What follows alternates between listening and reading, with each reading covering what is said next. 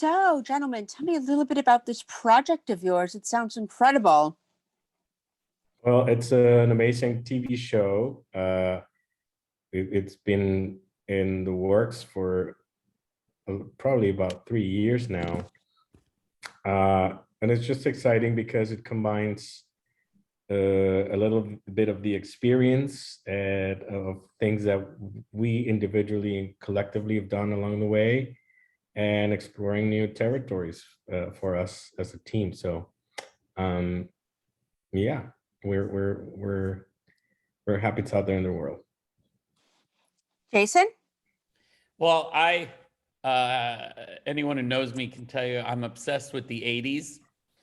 And so getting to live in that world, specifically 1984, which is what season 1 takes place in. And, my parents met in Acapulco, not at this specific resort, but at a resort in Acapulco, and getting to sort of combine Eduardo's, coming up in Mexico and bringing all his authenticity with my love of the 80s and my experience in Mexico, and combining that to create the show that all takes place in Acapulco that combines English and Spanish. It's really been a wonderful experience. And what would you say were some of the biggest challenges about making the show? Well, there were no shortage of challenges. Part of it, just getting the show greenlit, and this is not to say that Apple hasn't been supportive, but it's something new. It hasn't been done, and like with anything else that's new, and when you're threading, new territory, there's always a question of like, is this going to work? How do you do it? What is the best way to do it? Are we the right people to do this kind of thing? Are we the right people to tell this story? So from getting the idea, getting everybody excited about it, to getting all the right people behind the camera, all the right people in front of the camera who could understand both cultures, the time period, then finding the locations, then getting the period right, and as if that in itself wasn't challenging enough, we had to do it during COVID. We shot earlier this year, even before vaccines were commonplace. So we had to do travel and look on set and on location shooting with testing and a very rigorous protocols. So yes, I think a lot of it was challenging, but my sense is that most projects that try to do something new are going to find something of a challenging path. What about you, Jason? Anything you want to add?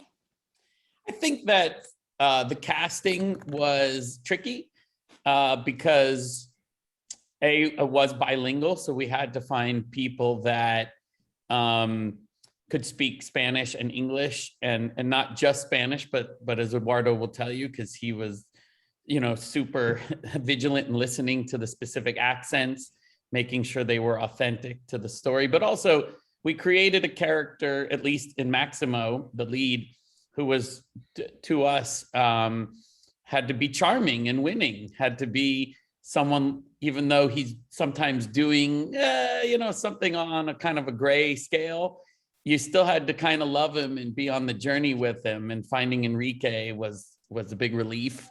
And then filling out the cast. And Eduardo can speak more to the cast specifically, because some of them I didn't know before the show, but are really, really lauded, beloved, respected actors in Mexico. And so for me, getting to know them, getting to work with them was a joy. But it was, we didn't know we were going to put together such a great cast. It kind of came as we were doing the process. Yes, I'm hoping that this project gives this platform for a lot of talent, that some of these actors are, like Jason said, very established and acclaimed actors in Mexico and the Spanish-speaking world. Some of them are just new faces, but all of them are just brilliant, and they're doing a great job. So I'm hoping this is a platform for an audience not only in the US but around the world, because this series will be seen in so many countries around the world that they get to know some of the talent that we have in Mexico. And sometimes it's because some of these actors by choice have decided not to work in Hollywood. There's a couple people that have said to me, I would love to work in Hollywood, but I always get offered this part of the drug dealer and the drug lord, and I'm not gonna I'm not gonna go all the way to Hollywood to do that. So giving them a platform to do a TV series with different arcs and storylines and to present them to a global audience, that's a very thrilling part of this process. And without giving away too much, what can we expect to see in the first few episodes? Well, hopefully a lot of laughing. And I think we're excited because we're presenting a new world to people and a new point of view, a show about the people who work at these resorts, specifically in Mexico, and getting into their lives. So we hope that people really enjoyed these first 2 episodes that are out now. And then in episodes 3, 4, as we go on in the season, we get really deep into a lot of these people's lives, present a lot of situations that are kind of commonplace at these resorts, but in a humorous way. And I think we have some really good twists. We don't want to give away, but I think we worked really hard at not only making the episodes entertaining and funny, but giving a lot of character twists that hopefully you don't see coming. I'm excited about it. And are you working on any other projects, or is this show pretty much your baby now? We have some feature projects that we're working on. A couple of things that haven't been announced, so I don't think we can discuss yet. Well, the super secret ones coming up. We do. I mean, the thing that is out there, people know that we're writing a remake of Short Circuit, the 80s movie, which again is kind of like an 80s world, which is something that Jason loves. That movie was also one of my favorites growing up. And if you see our last movie, Half Brothers, which a lot of people can catch on HBO Max, if you see Acapulco, we like the idea of presenting movies or TV shows that are accessible, that have some comedy, but also heart, and that going in, that you're going to have a good time, that it's, like I said, just nothing that will stress you out, but also when you're finished watching, we also want the feeling that you watch something that has a point and that has a little bit of a core and substance. So not hitting people too hard over the head, but also asking questions and getting people thinking about all sorts of different subjects. So that could be a common thread, and Acapulco will be the same thing. You will watch it going in, you will see this beautiful resort, you will see all this young, charismatic people working and having fun, and but also suffering to make ends meet, like many people do. And you will feel with them. You'll find a real experience, and hopefully it will get you to talk to other people about it and ask questions, and also guess about the upcoming twists and turns that we have in store for the audience. That is exciting. And one thing I like asking people I interview is, can you each tell me a fun fact about yourselves? I can tell you a fun fact about Jason, and I think All probably right, go Jason for can it. take your fun facts about me. Sure, let's do it that way then. The most, the one that always comes to mind is that Jason had a speaking part in Saved by the Bell. Nice. He was, and I don't think there's anything as intriguing about a fun fact about me as, but I'll let Jason think of something. All right, Jason?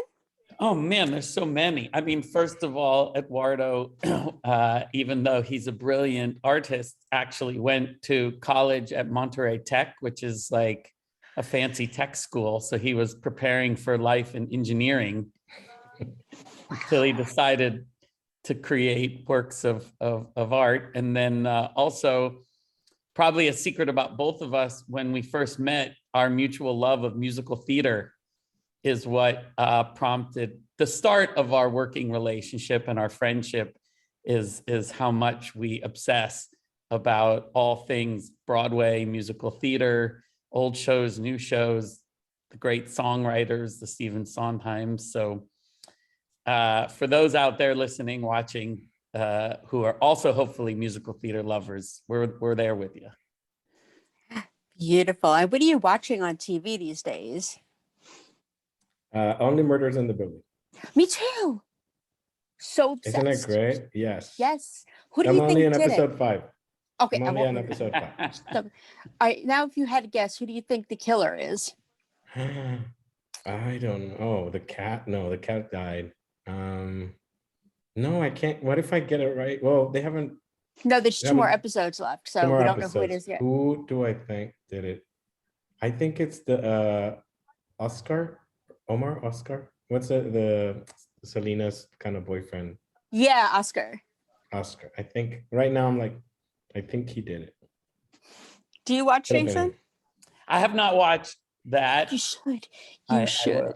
I have watched the first couple episodes, even though it's not out yet, of Dope Sick.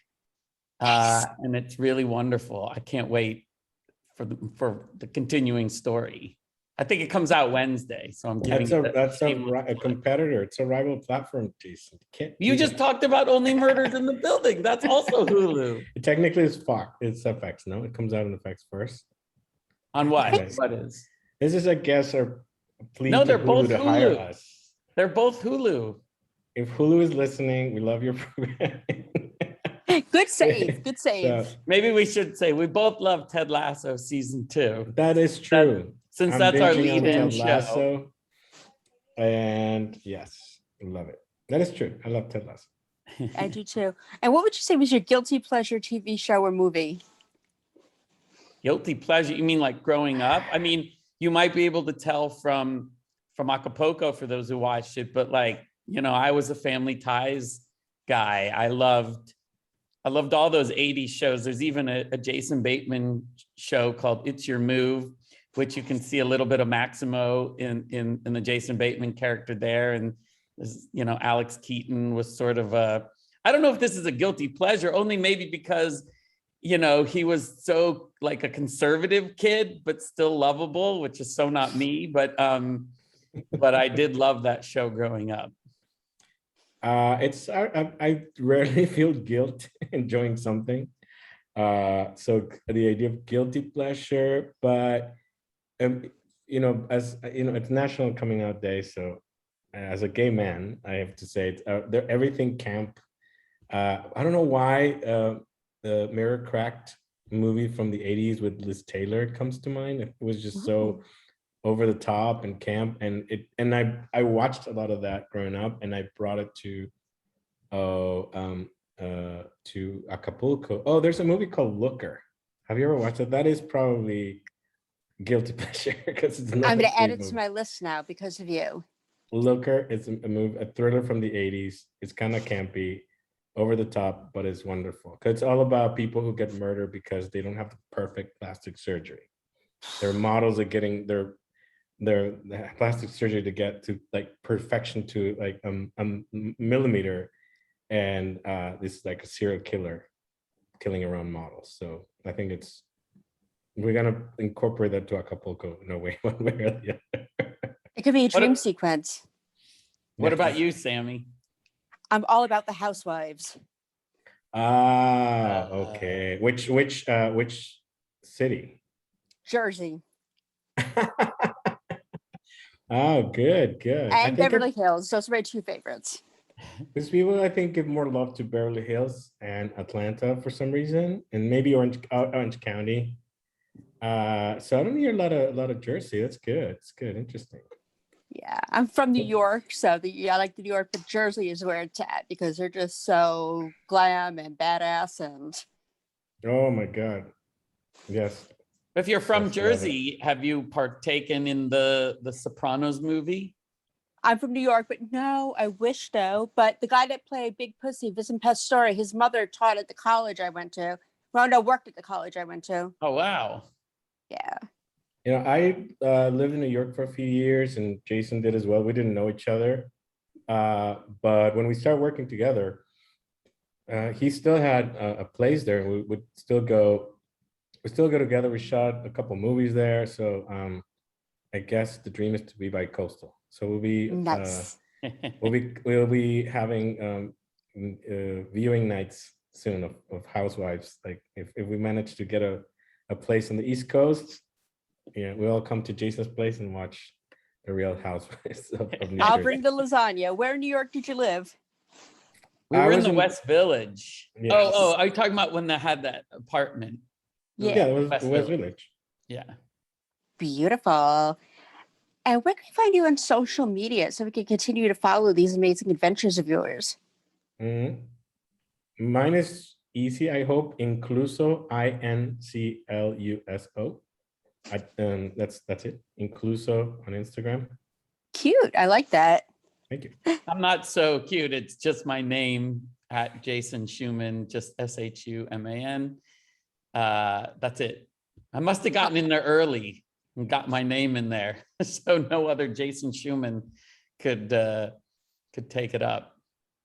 Nice. Well, it was a pleasure to speak to both of you. Thank you so much. And I'm sure we'll be talking again soon with these super secret projects coming out. All right. Yes. Thank yes. you. Thank you. Thank you, Jen. Bye. Good luck. Bye.